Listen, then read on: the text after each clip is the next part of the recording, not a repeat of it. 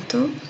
Saya Ririn Estianti Putri akan menjelaskan mengenai makalah yang sudah kelompok kita buat mengenai cybercrime dengan sub illegal content. Anggota kelompok kami ada Christian Kusnandar, Deniati, Mega Sri Rahayu, saya sendiri Ririn Estianti Putri, dan Syarifatul Ulum. Untuk bab 1 atau pendahuluan ada latar belakang masalah. Seiring dengan perkembangan teknologi internet, kebutuhan akan teknologi jaringan komputer semakin meningkat. Selain sebagai media penyedia informasi, melalui internet pula kegiatan komunitas komersial menjadi bagian yang terbesar sehingga melalui dunia internet apapun bisa dilakukan. Perkembangan dalam pemanfaatan jasa internet tidak hanya membawa dampak positif, tapi juga mengundang terjadinya kejahatan yang lebih kita kenal dengan cybercrime. Cybercrime didefinisikan sebagai pelanggaran yang dilakukan terhadap perorangan atau sekelompok individu dengan motif kriminal untuk secara sengaja menyakiti reputasi korban atau menyebabkan kerugian fisik atau mental atau kerugian kepada korban baik secara langsung maupun tidak langsung menggunakan jaringan telekomunikasi modern seperti internet, jaringan termasuk namun tidak termasuk pada ruang chat, email, notice board, dan kelompok, dan telepon genggam seperti Bluetooth, SMS, atau MMS. Bentuk kejahatan komputer atau cybercrime ada banyak, diantaranya illegal content.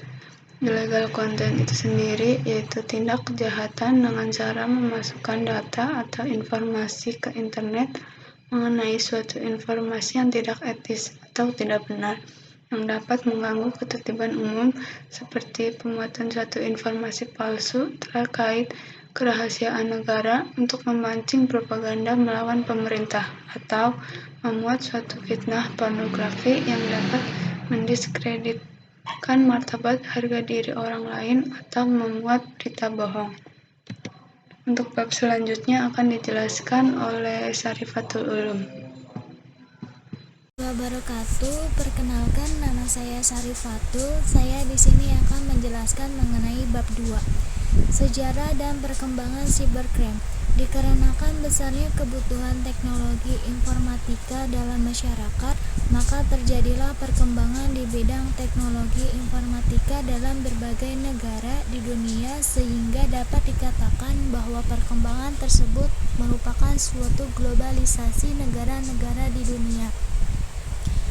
Dalam perkembangan teknologi informatika yang sangat cepat memberikan pengaruh yang besar terhadap berbagai bidang kehidupan. Pengaruh tersebut tidak selalu berdampak positif, akan tetapi juga berdampak negatif. Bentuk dampak negatif yang dapat terlihat adalah dengan istilah yang dikenal dengan nama cybercrime. Istilah cybercrime atau apabila diterjemahkan dalam bahasa Indonesia adalah sebagai kejahatan dunia maya yang dapat mempunyai beberapa bentuk karakter. Misalnya seperti pemalsuan data, pencurian uang, carding, pornografi, perusahaan website, cracking, sampai berbagai tindakan kejahatan sejenis lainnya yang tidak diperbolehkan atau dilarang oleh undang-undang.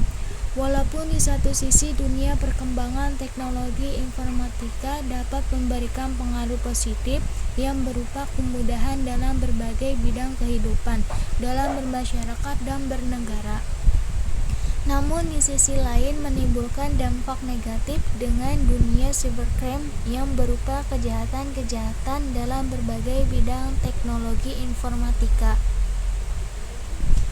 Klasifikasi cybercrime.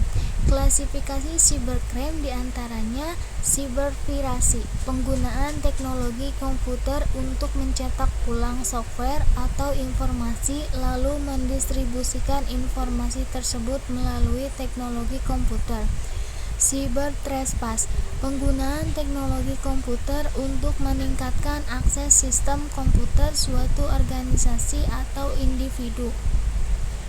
Lalu cybervandalis, penggunaan teknologi komputer untuk membuat program yang mengganggu proses transmisi elektronik dan menghancurkan data di komputer. Assalamualaikum warahmatullahi wabarakatuh. Nama saya Megastri Rahayu. Di sini saya akan menjelaskan tentang jenis-jenis cybercrime. Jenis-jenis cybercrime ada banyak. Salah satunya ada unauthorized access to computer system and service, yaitu merupakan tindak kejahatan yang dilakukan dengan cara menyuap atau memasukkan tanpa izin sebuah sistem jaringan komputer tanpa sepengetahuan pemilik sistem jaringan komputer tersebut dengan tujuan menyabotase atau mencuri data tersebut. Walaupun oleh sebagian pelaku ada juga yang hanya sekedar iseng-iseng, ada juga yang sudah memiliki keahlian tingkat tinggi. Model yang satu ini semakin hari kejadiannya semakin meningkat seiring perkembangan teknologi internet, yang mana kalau kita kenal kejahatan tersebut disebut hacker. Selanjutnya ada data forgery, yaitu tindak kejahatan dengan cara memasukkan data pada dokumen-dokumen penting yang tersimpan sebagai scriptless dokumen melalui internet. Model cybercrime ini biasanya ditujukan terhadap dokumen-dokumen e-commerce dengan cara membuat data tersebut seolah-olah terjadi salah ketik yang pada ujungnya pelaku mendapatkan untung dari kesalahan ini. Selanjutnya ada illegal content.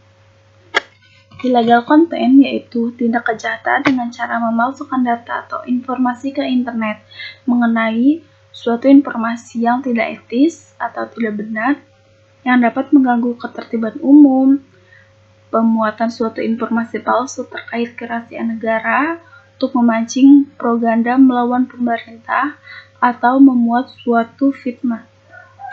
Ada pornografi yang dapat mendekreatkan martabat atau harga diri orang dan memuat berita bohong. Selanjutnya ada cyber espionage, yaitu tindakan kejahatan dengan cara memata-matai orang lain dengan memanfaatkan jaringan internet pada sistem jaringan komputer.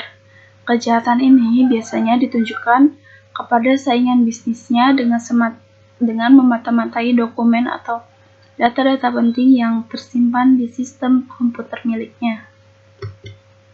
Selanjutnya ada cyber sabotage and extortion atau cyberterorisme. Tindakan kejahatan ini dilakukan dengan cara menciptakan virus untuk mengganggu, meneruskan atau menghancurkan data program komputer yang terhubung dengan internet. Pelaku kejahatan ini biasanya dilakukan dengan cara menyuap logic bomb semacam malware, baik dalam bentuk virus, form, trojan, adware, browser hijacker, dan lain sebagainya, hingga operating system atau softwarenya pada program komputer tersebut tidak bisa difungsikan lagi seperti biasanya.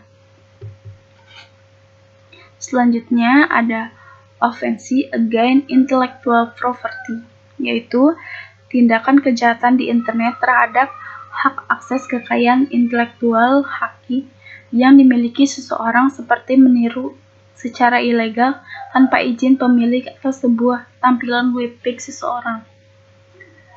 Padahal sudah dihakikatkan kepada pemilik webpage tersebut atau menyiarkan informasi tentang rahasia dagang orang lain di internet.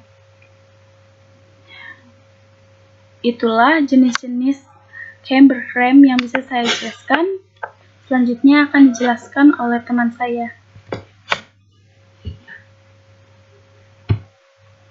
Selamat pagi semuanya, perkenalkan nama saya Kristiana Kusnandar dari kelas 11 6B14 dengan NIM 1119048. Di sini saya akan menjelaskan pengertian illegal content. Illegal content yaitu tindak kejahatan dengan cara memasukkan data atau informasi ke internet mengenai suatu informasi yang tidak etis atau tidak benar yang dapat mengganggu ketertiban umum, seperti pemuatan suatu informasi palsu terkait kerahasiaan negara untuk memancing propaganda melawan pemerintah atau memuat suatu fitnah, pornografi yang dapat mendiskreditkan martabat atau harga diri orang lain atau memuat berita bohong. Model illegal content dapat digunakan pelaku untuk menipu dengan cara menawarkan suatu produk dalam sebuah iklan di website seolah-olah barang tersebut ada dan nyata, sehingga orang yang melihatnya tertarik kemudian membelinya dengan mentransferkan bayarannya melalui ATM kepada pengiklan atau pelaku. Lalu setelah uang dikirimkan oleh korban, namun barang yang dipesankan pembeli tidak kunjung datang. Alhasil korban bersedih karena sudah tertipu. Selanjutnya ada contoh kasus, beberapa contoh kasus illegal content antara lain yang pertama ada pornografi atau cyberporn. Cyberporn sendiri merupakan kegiatan yang dilakukan dengan membuat, memasang, mendistribusikan, dan menyebarkan material yang berbau pornografi, cabul, dan mengekspos hal-hal yang tidak pantas. Yang kedua ada penipuan lewat surat elektronik atau email. Modus operasinya yaitu seorang yang berasal dari luar negeri meminta bantuan untuk menerima pengiriman sejumlah uang dari proyek yang sudah dikerjakan atau alasan lain ke rekening calon korban. Perkenalkan, nama saya Daniati. Di sini saya akan melanjutkan penjelasan dari teman saya. Analisa dan solusi dari contoh kasus.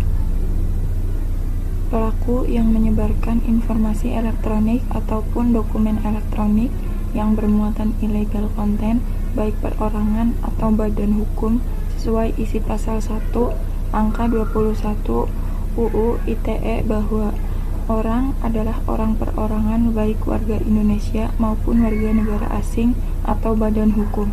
Keberadaan badan hukum diperjelas dalam pasal 52 ayat 4 UU ITE bahwa korporasi yang melakukan perbuatan sebagaimana dimaksud dalam pasal 27 sampai pasal 37 UU ITE termasuk menyebarkan informasi elektronik atau dokumen elektronik yang bermuatan illegal content dikenakan pemberatan pidana pokok ditambah 2/3. Perbuatan penyebaran informasi elektronik atau dokumen elektronik seperti dalam pasal 27 sampai pasal 29 harus memenuhi unsur illegal content seperti penghinaan, pencemaran nama baik, pelanggaran kesusilaan, berita bohong, perjudian, pemerasan, pengancaman, menimbulkan rasa kebencian atau permusuhan individu, ancaman kekerasan atau menakut-nakuti secara pribadi. Solusi pencegahan illegal content antara lain meningkatkan sistem pengamanan jaringan komputer nasional sesuai standar internasional, memproteksi gambar atau informasi pribadi dengan sistem agar orang lain tidak bisa mengakses secara leluasa, meningkatkan kesadaran masyarakat mengenai masalah cybercrime untuk mencegah kejahatan yang terjadi. Yang selanjutnya penutup. Kesimpulan dalam penulisan makalah ini yaitu cybercrime merupakan bentuk kejahatan yang timbul karena pemanfaatan teknologi.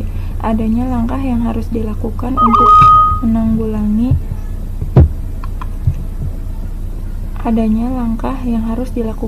menanggulangi cybercrime, misalnya meningkatkan sistem jaringan komputer, modernisasi hukum pidana, meningkatkan pemahaman dan keahlian aparatur penegak hukum mengenai upaya pencegahan investasi dan penuntutan perkara yang berhubungan dengan cybercrime. Untuk selanjutnya saran. Yang pertama, sosialisasi hukum kepada masyarakat tentang UU ITE.